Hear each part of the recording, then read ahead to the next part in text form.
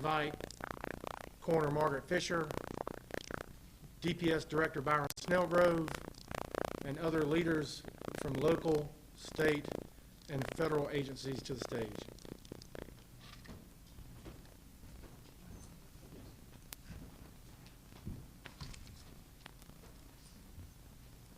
Good afternoon.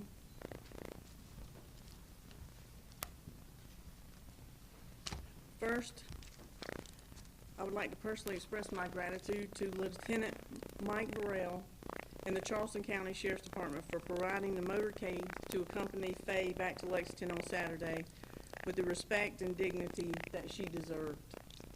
I would also like to thank the Casey Department of Public Safety and the Town of Lexington Police Department for their assistance with that touching tribute to a little girl who has touched as many hearts. Thank you to the team at MUSC who worked meticulously to help us determine the cause of Faye's death, and to Trinity Baptist Church for hosting this and previous press conferences. I want to express my appreciation to you, the media, for your compassion and constant coverage of Faye's story since last Monday, and for your patience throughout this investigation. You respectfully fulfilled our request that Faye's parents be allowed privacy and time to process the information given to them following the autopsy.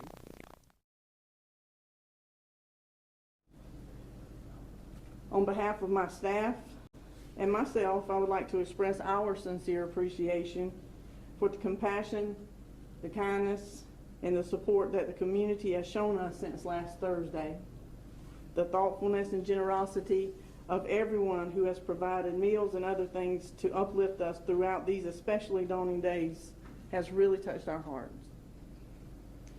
In a time of shattered hope and incomprehensible sadness, when we must face the worst of what people are capable of, you have helped to restore our faith in humanity and remind us of the strength of our community. We encounter tragedy and loss on a daily basis, and we are impacted by each death we investigate and all the loved ones that we serve. And the loss of Faye, an innocent child who was simply playing in her own yard at the hands of another person, has been extremely difficult on all of us. There are no adequate words to express the depth of our sadness and our sympathy for Faye's parents. To Faye's mother and father, my heart, like so many others, breaks for you. I know that there is nothing I can say to bring any comfort or peace. I am so deeply sorry for what you're going through and for the loss of your precious baby girl. No parent should ever have to know such pain. And you are and will be in our thoughts and prayers, and for so many, including me, and you and Faye will remain in my heart forever.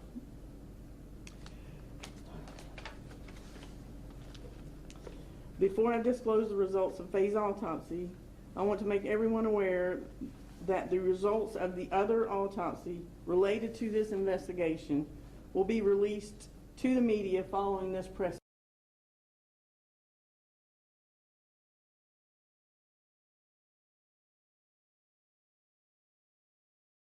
Out of respect and because this is an ongoing investigation.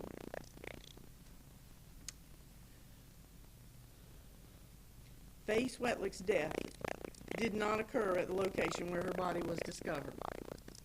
And her body had not been at that location. Her body had been at that location for only a short time.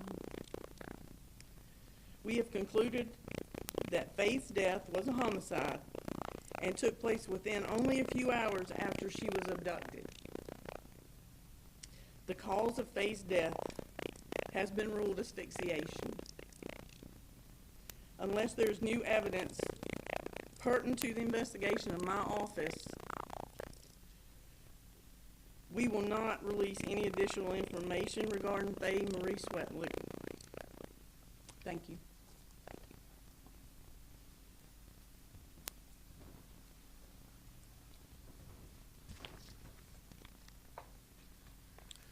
Thank you for coming. My name is Byron Snellgrove. I am the Director of Public Safety for the City of KHOU.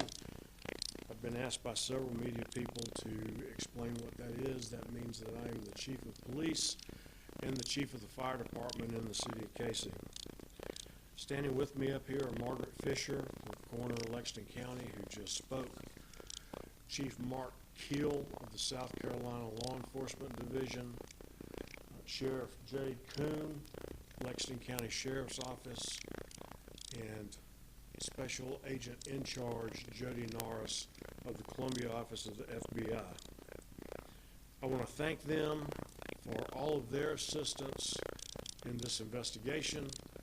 And I just want to say that there are so many other agencies that were involved in this that it could take me all day to list them.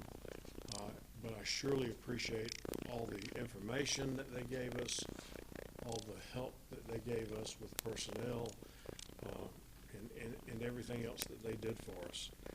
In addition, I want to thank the community for doing all sorts of stuff for us.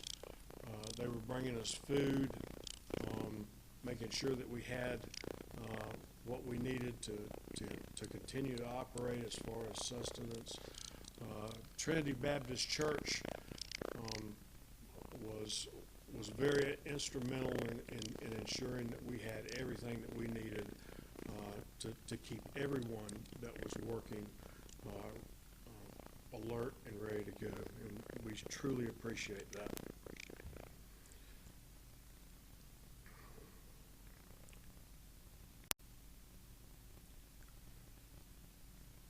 On behalf of the KC Department of Public Safety and our city leaders and our staff as a whole, I want each of you to know that this was not just an investigation or a case for us.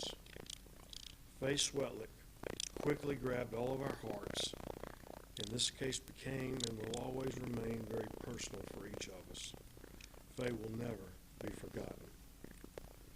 There are simply no words that can adequately convey our heartfelt sorrow or condolences for Faye's family, her friends, her classmates at Springdale Elementary School, Faye's teachers, her school resource officer, and all of Lexington School District 2. Very specifically, her Churchill Heights neighbors and friends.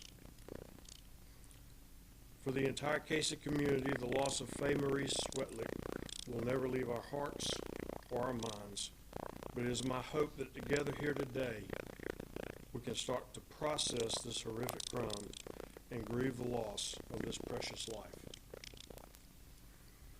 8 days ago at approximately 3:45 p.m., Faye Marie Swetlik was discovered to be missing by her mother. Her mother did what most parents would do. She called her friends, she gathered her neighbors, and she frantically looked around the neighborhood for her daughter. Having no luck, she placed a frantic call to 911 at approximately 5 p.m. By 5:03, KC officers were on the scene at Churchill Heights and were gathering information. They talked with family members and neighbors and began going through the neighborhood to look for Faye. Within 30 minutes of their arrival, officers notified the KC command staff, including myself, and all of us immediately responded to Churchill Heights and began asking for assistance from other local agencies. By 6 p.m., having so far not located Faye, both SLED and the FBI were contacted and immediate assistance was requested. At this time, we had 50 or more law enforcement officers, firefighters, and first responders on the scene, and we were doing organized canvasses door to door in searches of the neighborhood to initiate our first and initiated our first neighborhood perimeter search. Prior to Monday, many of you will remember we had a great deal of rain over a short period of time. We have areas of flooding and rough, dense terrain in our city. This includes the area directly around Churchill Heights neighborhood.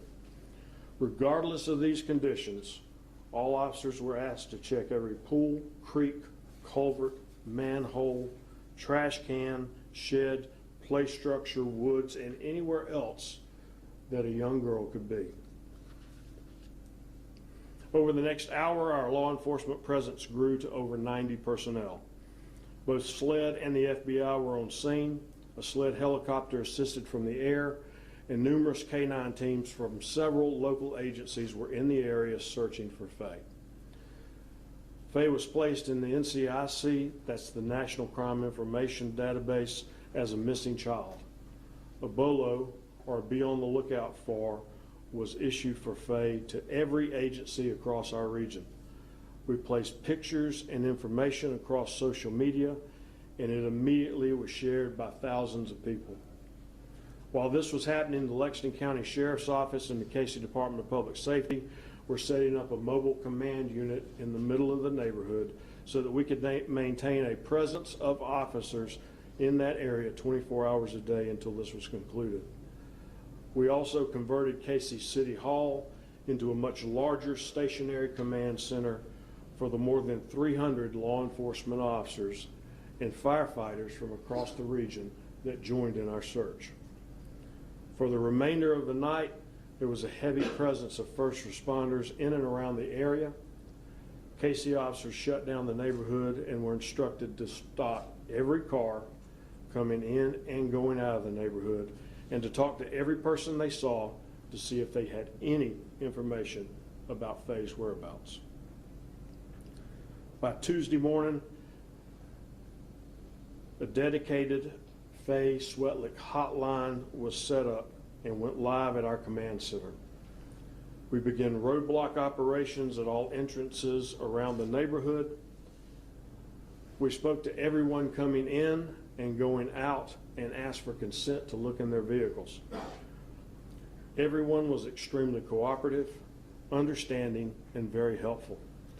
Our officers were provided with a standardized FBI questionnaire form that was specifically targeted to glean information to help us find Faye. This is what the officers used when they talked to anyone in reference to this case. That morning we did a coordinated effort with multiple agencies to go door to door to question all residents, friends, and visitors in all 280 plus homes in Churchill Heights. Our goal was to speak to every occupant of every residence, no matter how long it took. And we would also request consent to enter and look for anything that would lead us to find Faye. Grid searches of the perimeter of the neighborhood were also conducted multiple times. All the while, officers were again instructed to check every pool, creek, culvert, manhole, trash can, shed, or any other structure or area that a young girl may be in. K-9s continued to search, and on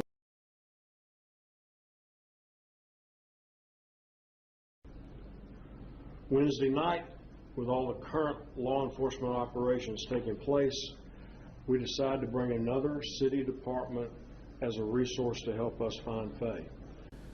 Thursday was the regular sanitation pickup day for Churchill Heights, and all residents were obviously aware of that.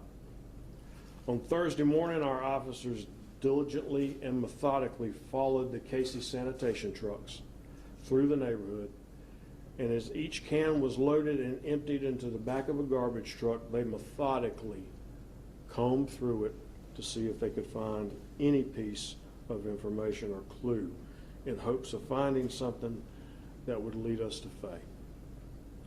At approximately 10 a.m., a trash can near 602 Piccadilly Square was emptied, and as our officers went through it, they found a couple of items that were of significant importance. One was a child's polka dot boot, and the second was a soup ladle that had freshly dug dirt in it.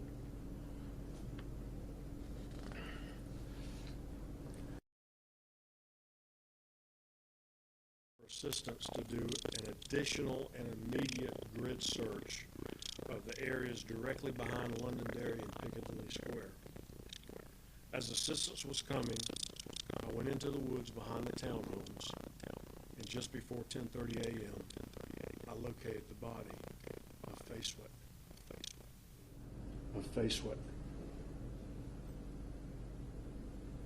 At approximately 10:30, other KC officers were notified of a residence that there was a man bleeding on the back patio. That was 602 Piccadilly Square. Officers immediately went to his aid and found a deceased white male.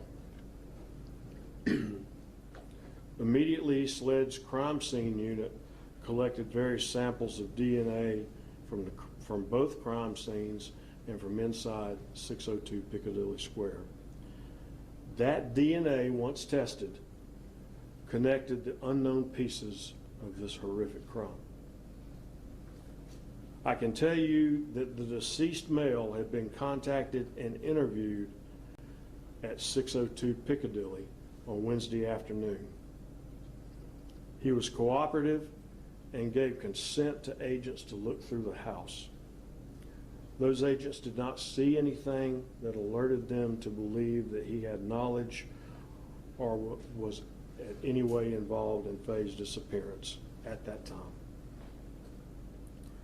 Evidence leads us to believe that the deceased abducted and killed 6-year-old Faye Marie Swetlik, and it appears that he is the sole perpetrator of this crime. Evidence further shows that Faye's body was moved in the shadow of the night to behind the townhouses where she was found in the early morning hours on Thursday morning under the cover of darkness. Throughout the time we spent searching for Faye, we kept a very large presence of officers and agents in the Churchill Heights neighborhood 24 hours a day. Our team working on this case grew exponentially from 50 officers to over 300. Every door to every residence in Churchill Heights was knocked on, and officers continued to go back to every house until every resident or occupant of that house was interviewed. Many times that took 3 to 4 times to accomplish. There were 4 searches of the perimeter from the time Faye went missing until the night before she was found. That included trash cans, dumpsters, and other areas around the neighborhood. As of Friday at 5 p.m., officers had followed 283 leads just from the hotline alone. All those leads were followed until they were exhausted. We pulled video from almost 50 locations and reviewed a total of 756 gigabytes of video. I'll say in my 33 years of law enforcement, I have never seen such a large group of officers, investigators, firefighters, and other first responder and staff come together in the way that everyone did here. Nor have I seen federal, state, and local law enforcement agencies come together as a team, working around the clock as one unit with one goal: to try and bring a little 6-year-old baby girl home. I want to thank everyone who worked on this team. I would also like to personally thank each and every member of this community that called in tips, provided information, and prayed for Faye and us. I assure you, every prayer was felt and greatly appreciated. Tonight, as our entire community begins the healing process, the vigil is planned to support Faye's family, friends, classmates, teachers, neighbors, and other members of our community. And we invite anyone that would like to honor the life of Faye Marie Swetlik to attend. It will be on the lawn in front of Casey City Hall at 5:30 this evening, and it will happen rain or shine.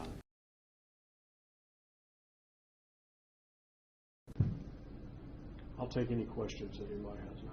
Sir, is there any indication of where she may have been between Monday night and Thursday morning? We do not know at this time. Yes, ma'am. Why was the decision made to do the autopsy at MUSC? That's a question for the coroner. MUSC as the forensic pathologist are at MUSC, and they handle all the autopsies for the coroner's office that are forensically related to cases. So that was not an unusual thing for us to send them to MUSC. They do all of our forensic cases.